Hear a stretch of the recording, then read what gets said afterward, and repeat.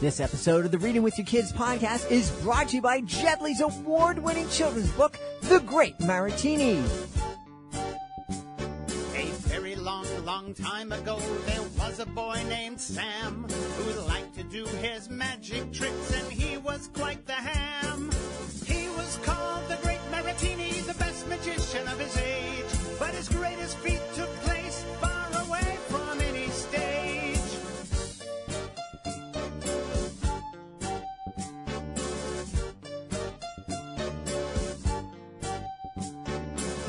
Every trick Sam tried to do would somehow come out wrong, but Sam just kept on going, and that's what made him strong.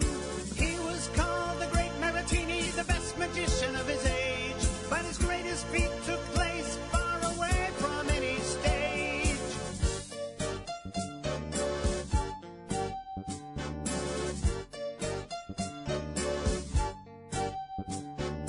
One day as he traveled, he helped a stranger in need, and this was not a trick, oh no, but a magical good deed. He was called the Great Maratini, the best magician of his age, but his greatest feat took place far away from any stage. He was called the Great Maratini, the best magician of his age, but his greatest feat took place far away from any stage.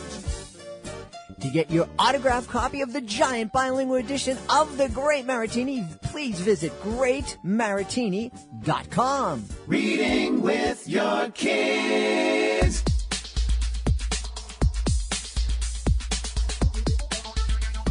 Hey, so great to see you. Come on in.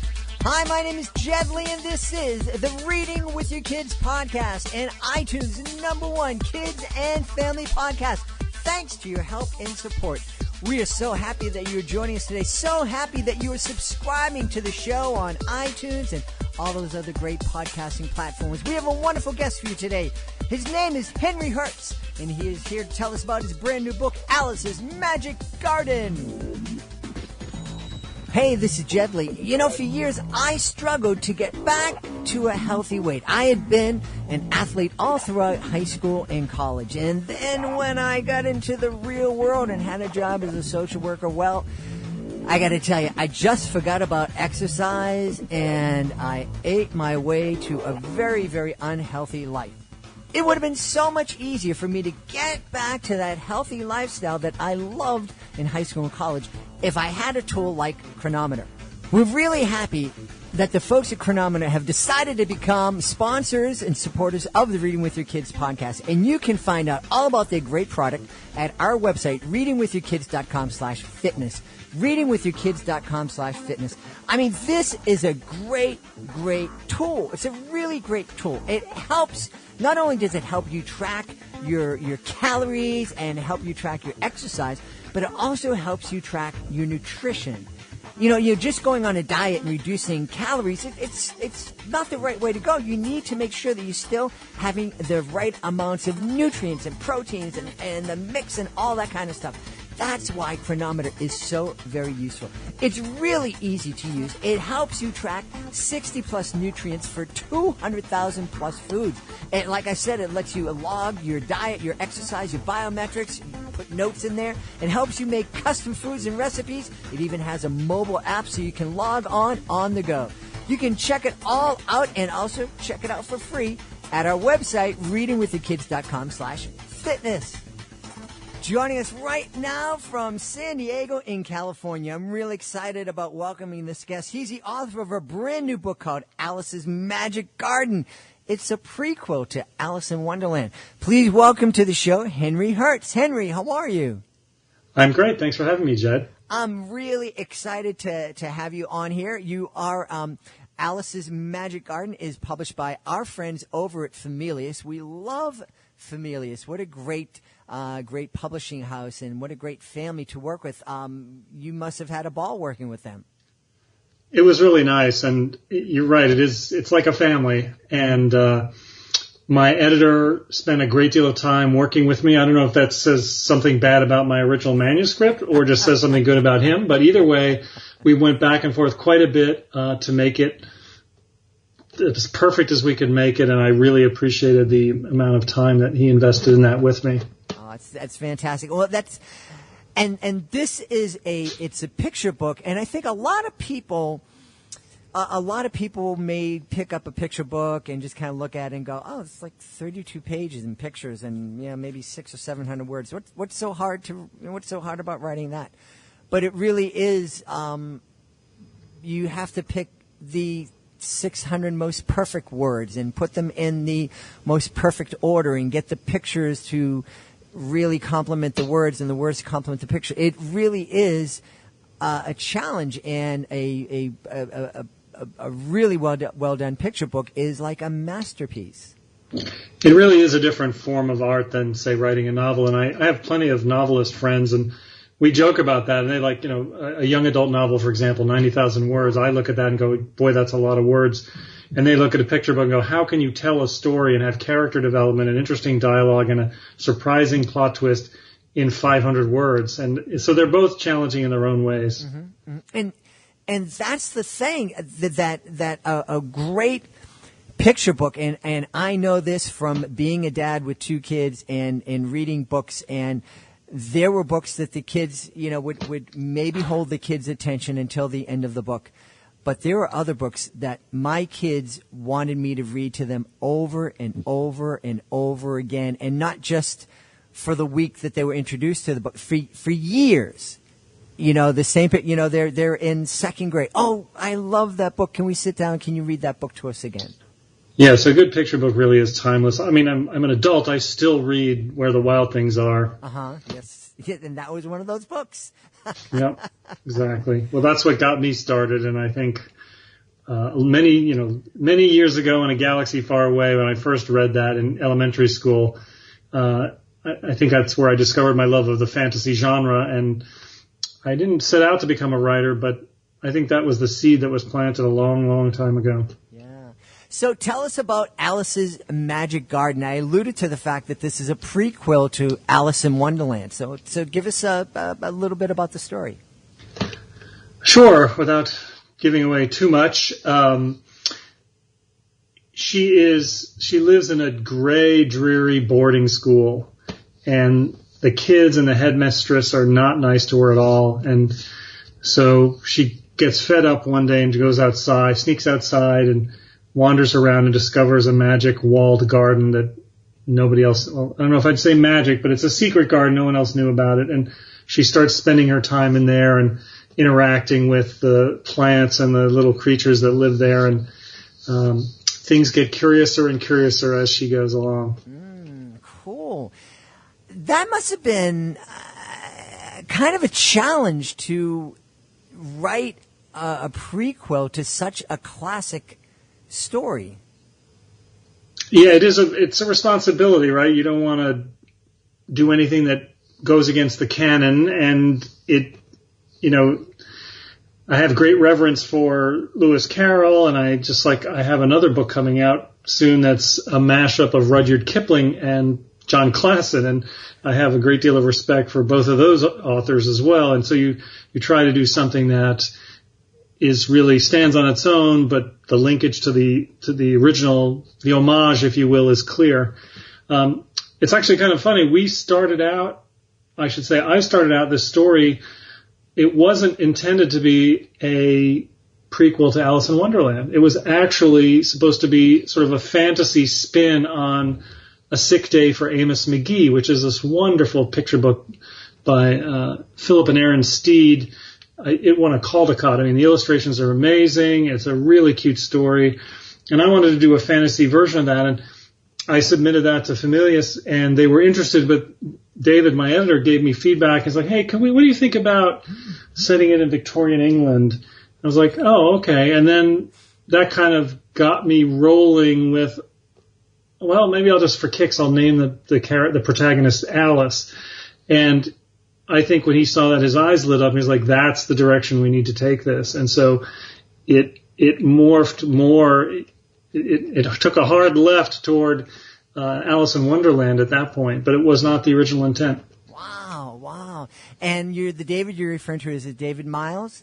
Yes. David was on the show earlier, and gave us a little peek, peek behind the scenes at his role of not only being an author but the creative director and the editor of your book. And tell us a little bit about the time it took you. We're talking about the fact that you just don't sit down and bang out a children's book in 10 minutes or 20 minutes.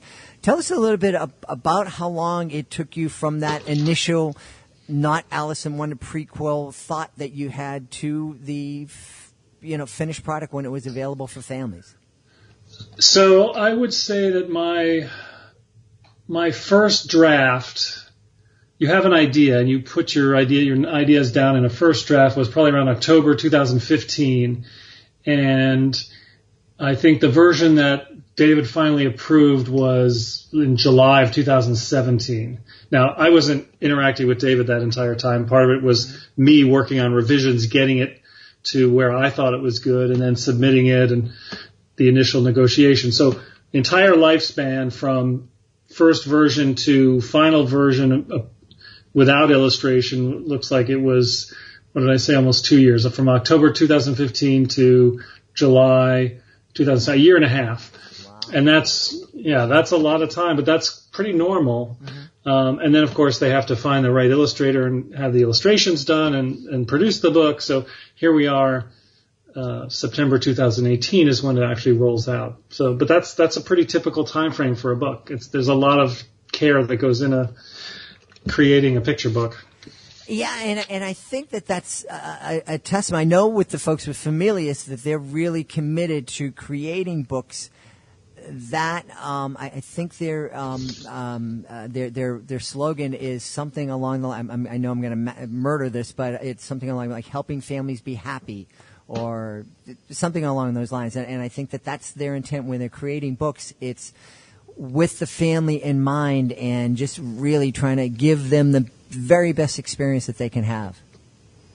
Yeah, definitely. Yeah. It's been a pleasure working with them, with David, and then Kate Farrell is in charge of publicity, and she's been terrific to work with as well. So it definitely it feels like a small family, but the good news is I feel like the quality of the book it looks like a book that would have been produced by one of the big five. It's definitely a really pretty book. I've got in my possession now the actual books, and they've got little gold leaf and spot gloss on the cover. Really gives it a little pizzazz. It's really nice. Talk about as an author, that being able to let it go and give your words to an illustrator to help with the next step of the process. Is that a scary thing for you as an author? I wouldn't say scary, but yeah, I shouldn't say you. I sometimes, I get concerned that are they going to get the vision? Are they going to make the book even better? Or are they going to do something that's not in line with my vision for the book? And I mean vision for the story, not vision for it visually. That's obviously their expertise. Most publishers are pretty good about so far I've done 10 books, and so far they've been pretty good about letting me see the initial sketches by the illustrator and offer feedback. They don't have to take it, but at least I have an opportunity to provide it. And then I see colored versions, and I have another opportunity to provide feedback. And so, I'm very comfortable with it. There were definitely things that I have an engineering background. I have a good eye for details, and I usually will find something where there's like an inconsistency, like something is drawn a certain way on one page and a different way on another page. And I think when you're close to it and producing something, sometimes you're looking at the trees and you miss the little leaves. And so I've found little inconsistencies and just pointed out, and they're like, oh yeah, we'll fix that. And, so it's been good. But usually the illustrator brings something that you didn't think of, and it makes it even better. That's true on this book. It's true on other books that I've done. That's the whole point, right? They're adding a new layer, their interpretation on top of your story to enrich the entire experience. And so I can say that's certainly true of Natalie's work here. She brought her vision, and I think she did a terrific job. Her style, I think, was really appropriate for this type of book. Yeah, excellent. Now, one of the things I love to ask authors is I'm imagining for you, what kind of conversations can you imagine a family having together as they're sitting down and experiencing Alice's Magic Garden together?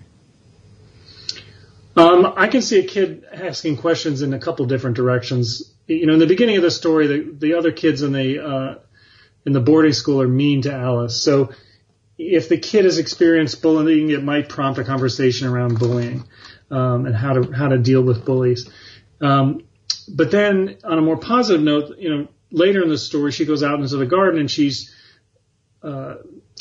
helping the plants and helping the little insects in the yard and the birds. And so I think it could easily turn on. A child could become interested in maybe planting some flowers or maybe trying to identify different birds in the yard or something like that. So I could see it being taken in that direction as well. And in the end, the theme is really about how love is magic and love transforms things in almost a magical way. And so that's a third direction. That's a little more sophisticated. That's probably more of an adult interpretation of the book. And that's one of the reasons I love to encourage parents to read books with kids, because, having those different perspectives, I know a lot about perspectives and angles. I perform magic, and one of the things I love to show kids in teaching them magic is how something can look different from different angles.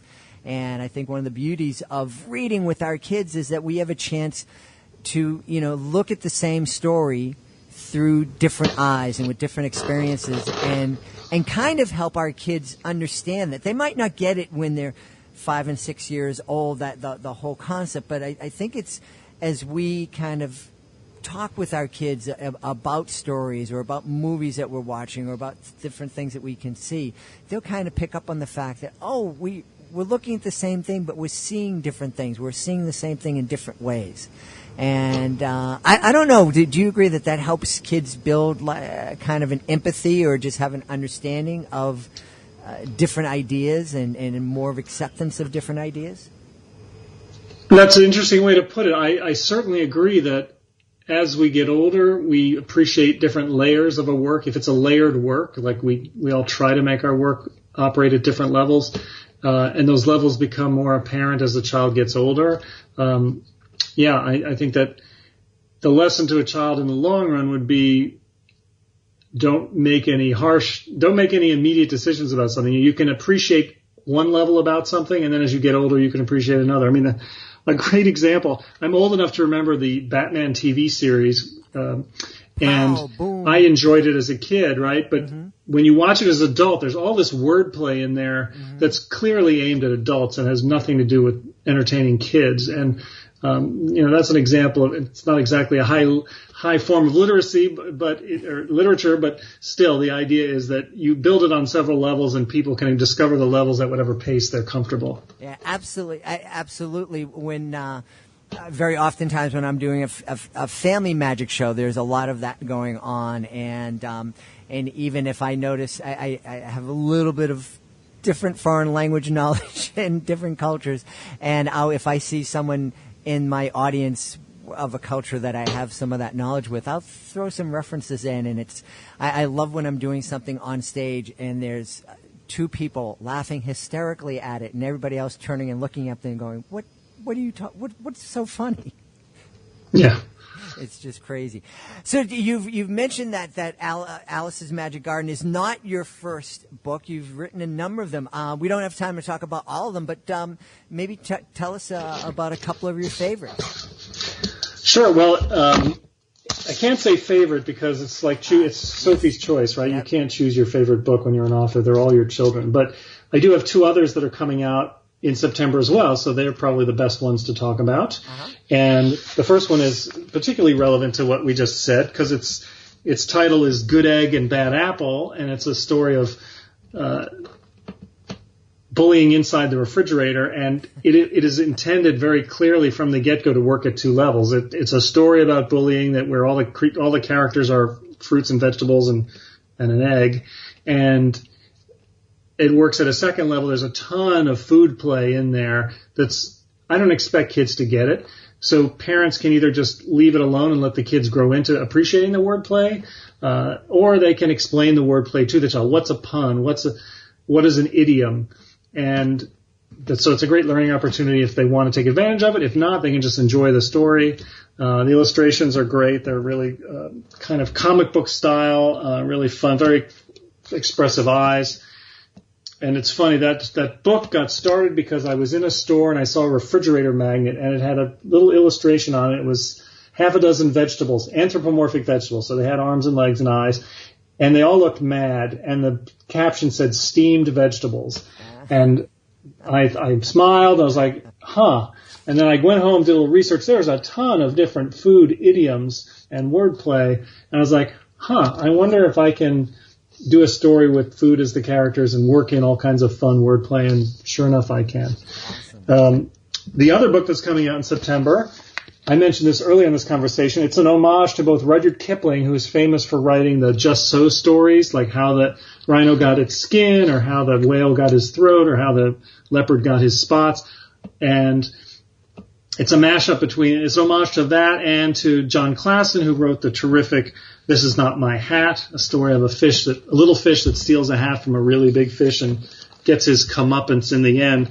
So How the Squid Got Two Long Arms is about a squid. He's kind of cold. He's got a scarf, but he's cold. And so he goes around stealing clothing from other creatures.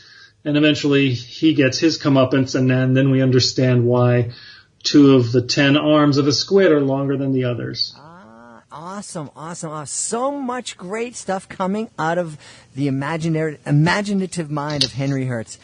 Well, I'm really excited. You know, one of the things that just occurred to me, you know, that might be a fun exercise or family activity is, you know, after reading Alice's Magic Garden, is to kind of take another story that the kids love and challenge them to think about, what happened? Take this character from these stories that you love, and maybe create your own prequel as to what happened before the story began, or what happens after the story ends, and take the characters and just have fun, encouraging kids to use their imagination in that way. I think that's a great idea. In fact, it's a very popular subgenre of children's books right now. They're referred to as fractured fairy tales. There's like Interstellar Cinderella by Deborah Underwood. It's a science fiction version of, obviously, Cinderella, told in rhyme, really good. Dan Santat he illustrated Corey Rosen-Schwartz's Ninja Red Riding Hood. So you get the idea. I have another one called Little Red Cuttlefish. So yeah, that's a very popular technique to take a well-known story and put some bizarre spin on it. Awesome. Well, I love encouraging kids to be curious, and I love to encourage kids to use their imagination. And I think Alice's Magic Garden does that. So we're really, really happy. So definitely check it out. Well, Henry, before we go, you do have a lot going on, and we don't have enough time to talk about everything. And I know people are going to want to find out more about you and about your work. So where can people connect with you online? Well, the best place to start is my website, which is just my name, henryhertz.com. There is no T in my name, so it's henryhertz.com. You can get information about my books. You can see where my book events are going to be over the next few months. And you can, of course, connect with me on Facebook and Twitter as well through that. There are links to that on my website, but that's probably the best place to start. Awesome. Well, the book that we've been talking most about tonight is out right now. It's called Alice's Magic Garden. It's published by our friends at Familius. And our guest tonight has been Henry Hertz. Henry, thanks so much for being on the show tonight. My pleasure. Thank you for having me, Jed. Please be sure to join us for the next edition of the Reading with Your Kids podcast. We are so happy. STEM Week begins. STEM Week begins here on the Reading with Your Kids podcast. Our first guest for STEM Week is our buddy Jennifer Swanson, the National Geographic author of Astronaut, Aquanaut, How Space Science and Sea Science Interact. Jennifer is going to be presenting a monthly segment called STEM Tuesday here on the Reading with Your Kids podcast. And this is just the first in a series of episodes this week dedicated to STEM, dedicated to inspiring our kids to learn to love science, technology, engineering, and mathematics. We have some really, really great guests. Emily Calandrelli is going to be here. She is the author of Ada Lace, and she is also a television personality. Heather Montgomery, Bugs Don't Hug, she'll be here. And also Patricia Newman, the author of Eavesdropping on Elephants. I'm so excited. STEM Week happening, beginning on the next episode of the Reading with Your Kids podcast. Hey, we want to thank Henry Hertz for being here today, and of course we want to thank you. Thank you so much for taking the time to join us. And as always, thank you so much for taking the time to make the world a better place by reading with your kids. I'll be looking for you in the next edition of the Reading with Your Kids podcast.